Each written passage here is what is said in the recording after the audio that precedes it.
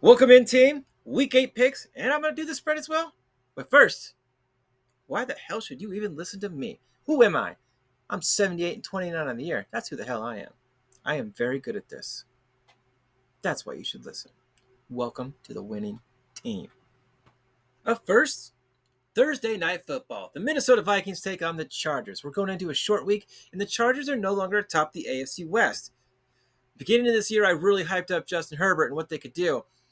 And well, Carson Wentz, he does good, and then he likes to throw interceptions. So, really, this is anyone's game. Some interesting key facts. Minnesota puts up more points and stops more points. So their offense and their defense is slightly higher rated, although the Chargers have way more passing yards. So I'm not entirely sure how that all factors out.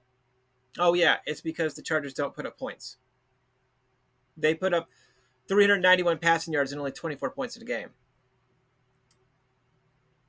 I'm taking Minnesota on the road. Hampton is out. They have other injuries. And Minnesota's got a pretty good defense, and that pass rush can actually get to Herbert. And yeah, the Chargers are going to throw for a ton of yards, but give me the Vikings in the points, 3.5 points. I'll take the Vikings to win, and I'll take the spread for the Vikings. There you go. And up next, the Buffalo Bills take on the Carolina Panthers. The Carolina Panthers have 4 wins. They're above 500. It's literally been years since that's happened. There's been lots of people touched on it, so we're not going to go there. All I'm going to say is their year started out horrible, but now they're kind of passing the ball and not turning it over so much. They have a solid run game, and their defense is okay. They have some work to do, but I feel they have definitely earned their 4-3 spot. Meanwhile, the Bills, they have Josh Allen, MVP of last year. They have James Cook, the second best running back in the league, in my opinion, right now, and a defense that lets people run all over them. And so they have to kind of outscore people. The only team that I think the Bills have really just shut down was the Jets, who haven't won a game yet. However, the Bills have lost to the Patriots, and I feel they're going to come out hungry and they're coming out swinging. Give me the Bills to win. Now for the spread, 7.5 points. They're giving Carolina a free 7.5 points. That's a lot of points. That means they have to win by more than a touchdown to cover, and the Bills do it. The Bills are going to win by at least 10. And up next, we got the Flacco-less Browns. They got Gabriel. He's there. They got Judkins. I actually think he's pretty good. Dylan Gabriel could do something eventually. I'm not sure if it's with the Browns, though. And they're going up against the New England Patriots, who just beat, well, they're just winning. They beat the Bills. They're 5-2, top their division, and they have Drake freaking May. They have Stevenson on the ground. They have a very good defense. I don't think it's top 5, but it's a good defense. And they outscore their opponents by a lot. The Browns got scored 16.1 points. And right now, the Bengals with Flacco, that one game, better than anything they've done all year. Yes, I know Flacco was there for a little bit of that crap, but they got to be kicking themselves. Give me the Patriots. Give me the Patriots to win. Against the spread, they're giving the Browns a free 7 points. Give me the Patriots to cover that 7 points. I do not see the Browns keeping it close. Patriots win by at least 14. And next, we have the first difficult game to call. The Giants are going to Philly. The Giants are coming off that tough loss where they held the Denver Broncos 2-0 for a little over 3/4 of the game, and then the Broncos scored 33 points in just the most bizarre, straight-up Hollywood movie-type comeback I've ever seen. It was, impressive in many ways. And I want to note that the Giants scored against a very good Denver defense. The Denver defense is not bad. They're pretty damn good. And they're taking on the Eagles, whose defense is good and whose offense is good. Philly's at home. This is a tough one for me because I feel like Jackson Dart and Scadaboo could definitely put in some work here against the Eagles and make them pay. I'm definitely taking the Giants on the spread, 7.5 points. So give me the Giants there. Now for Pick'em, this is really tough because a lot of just give me the Giants all around. Give me the Giants all around. They're on the road. They came off that tough loss, and I feel like Scadaboo is just going to lower his head and just constantly run into them like bowling ball into bowling pins, and he's just going to just bap, bap, bap. And Jackson Dart will be efficient. I don't think he'll be as efficient as Jalen Hurts. Experience does that for you, but I can see them shutting down Barkley, who has not been all that great all that year, and getting one interception, winning this game, and not allowing 33 points in the fourth quarter. And now we got the Bears at 4-2, somehow 4-2 against the Ravens, who are somehow 1-5. Good news for the Ravens: Lamar Jackson returned to practice. He might play. If Lamar Jackson plays, give me the Ravens to cover the spread. They're giving the Ravens 6.5 points. The Chicago Bears are favored by 6.5, so they're giving them the 6.5 points. Give me those points if Lamar Jackson plays. If he does not, give me the Bears all around. Now I got to make my definitive answer, because that's a lot of generativity right there. Like, if this happens, if that happens, and no, we're going to give you an answer right here, right now. I'm going to say Lamar Jackson plays, and I say give me the Ravens to win, and if they're winning, they're getting points, then I'm taking the Ravens to cover the spread as well. So, once again, taking the same team, give me the Ravens to win and cover the spread. I believe that offense will get going. They got Derrick Henry, who has been good aside from those 2 fumbles that lost in those games. Lamar Jackson's going to come out. This team's going to be really hungry. They're not going to commit penalties. And to be honest, even with backup quarterback, like, yes, they were losing, but like, for portions of those games, they kept it relatively close. And then we got a fun one. The winless Jets go to the Bengals' revived offense with Joe Flacco, who's reminding everybody that he was a Super Bowl MVP quarterback. Now, he may not have done well with the Browns, but last year, actually, he won quite a few games. And they had a okay record with him. I'm surprised they let him go, honestly. I'm going to take the Bengals to win at home. They're 3-4 against the 0-7 Jets. The spread, however, 6.5 points to the Jets. The Jets can put up points usually. And I don't think the Bengals really, their defense isn't all that great.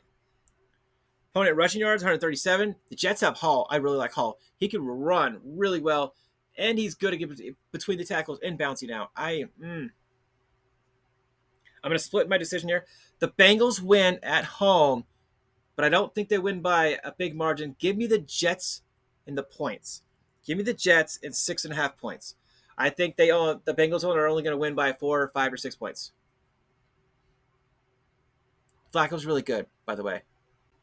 The Miami Dolphins are going to Atlanta. Atlanta coming off a tough loss where they only put up 10 points against the most hurt team in the league, the San Francisco 49ers.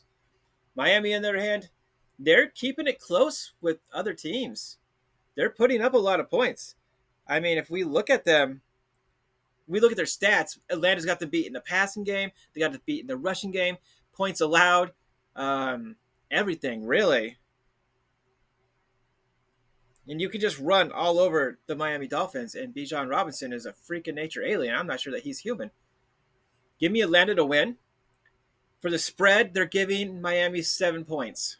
They're giving Miami 7.5 points now.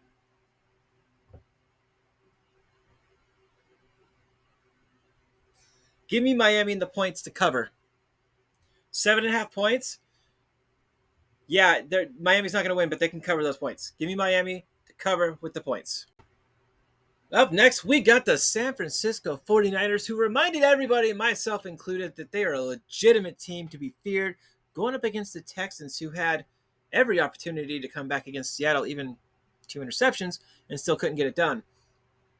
The defense in the Texans is very good, and I don't see this being a very high-scoring game, but the defense for the Niners is also really good, apparently. Well, this is a tough one. They got Mac Jones. They got C-Mac, who I think is just amazing. I'm going to take San Francisco to get the win, straight up, and pick them. Too much passing game, too much run game. The Texans' defense is not going to be able to get to Mac Jones enough to put him down. It's just not going to happen. And C-Mac's just going to be everywhere. As always, he'll get like 150 total yards through the air and on the ground and probably like 2 touchdowns. As for the spread, it's only 1.5. Give me San Francisco to cover. They win by more than a point. And then we have one of the biggest mismatches of the week, or at least it should be. We got Baker Mayfield and the Buccaneers taking on Spencer Rattler and the Saints. Both these quarterbacks had a rough time last week. The Saints kind of looked like they were doing okay for a minute there. They picked up a win, and they were staying kind of competitive in some of these games until last week when they just got completely shut down, like a legitimate top team taking on a high school team. It was bad. I mean, the Bears just kind of put them in their place with some good defense. The Bucks have injuries at wide receiver. It's not great. Baker Mayfield though is very good at putting this team on his back, and Ibuka should be playing. Give me Tampa Bay to win. They're clearly the better team. As far as the spread goes, it's 4.5 points. Give me the Bucks to cover. I don't think the Saints come out swinging here and getting crazy amounts. I see them getting like 10 to 17 points, whereas the Bucks are going to get like probably 24, 27. The Dallas Cowboys are taking on the Denver Broncos. And for 3/4 of football, the Denver Broncos looked horrible. And then they scored 33 points. They are currently favored in this game by 3.5. The Cowboys have all offense and no defense, whereas the Broncos are a very good defense and occasionally a fourth quarter offense. Not the greatest. CeeDee Lamb is back, and he made his presence known right away. He didn't drop no passes. Give me the Cowboys to win, and give me the Cowboys with the points. The Broncos' defense is good, but it's not so good that they can just shut down the Cowboys. And if you can't score points, you can't keep up with the Cowboys. And up next, we do have the biggest mismatch of the week, in my opinion. We got the Tennessee Titans going to face off against the Colts. The Titans looked good for about a quarter and a half against the Patriots last week until the Patriots, started scoring 31 points and just demolished them. And I believe the Colts are a better team than the Patriots. I'm just going to throw it out there. Danny Dimes throwing touchdowns. He doesn't make very few mistakes. They have the best running back in the league, Jonathan Taylor. Their defense is solid. The Titans, well, they have a lot of holes. They have a lot of work to do. I'm taking the Colts to win. The spread is 14 points to the Titans. And I'm taking the Colts to cover. That sounds like something insane, but look at the facts. The Colts always score around 28 points or more on average. The Titans, though, 13.7. And I apologize. I just looked because I have my phone right here. The Colts are at 33.7. Give me the Colts to cover the points. Jonathan Taylor is going to run all over them. And I do mean all over them. They're going to get ahead and start running the ball to eat up the clock, and they're just going to keep scoring points. And up next, we got my Green Bay Packers taking on Aaron Rodgers, the traitor himself. I actually have no hard feelings, but for the content, the Pittsburgh Steelers. Oh, I can't wait for this. I live, breathe, and bleed cheese. I'm taking the Packers to win and cover the points, regardless of what the numbers say. Our defense is way better. I watched the Steelers last week take on Joe Flacco and the Bengals, and high tackles, arm tackles, that is not how we play effective football. Green Bay's defense is the one thing that's kind of consistent with us right now. At least our pass rush usually is. We stop the run very well. And the Steelers, well, they're hurting in the run game. I mean, they're not bad at the run game, but they are hurting, if you know what I mean. And Rodgers, well, if you rush him, he makes mistakes. He's an amazing quarterback. I mean, I'm a Green Bay fan. Trust me, I know how good Rodgers is. But the Steelers' defense is extremely bad, and their offense is heavily reliant on the pass. We know what to do going in. Give me the Packers to win and to cover the spread. Go, Pack, go. 15-1-1 as we go to the Super Bowl, winning all day long. In the final game, Monday Night Football, we got the Washington Commanders, who have Marcus Mariota starting against the Kansas City Chiefs, whose offense is looking good, the rush game is looking all right, and that defense is looking better than ever. I'm taking the Chiefs to win and cover the points, which, by the way, is 12.5. The Chiefs just came off a game where it was like just some schoolyard shit, just beating the crap out of the Raiders. It wasn't even a contest. They just did whatever they wanted. There was a trick play in there where Patrick Mahomes was like, this never effing works. And it worked. Like, they let them know that some trickery BS is coming, and it just works. Patrick Mahomes is really good. Their offensive line is good. They can run the ball. Their defense is good against the pass. Their defense is good against the rush. The Commanders don't have Jaden Daniels. No, this team isn't heavily reliant on just him, but Marcus Mariota is not him. No. The Chiefs are going to win. It's going to be another smack fest. and the Chiefs are going to rise up through the power rankings even more than they already have.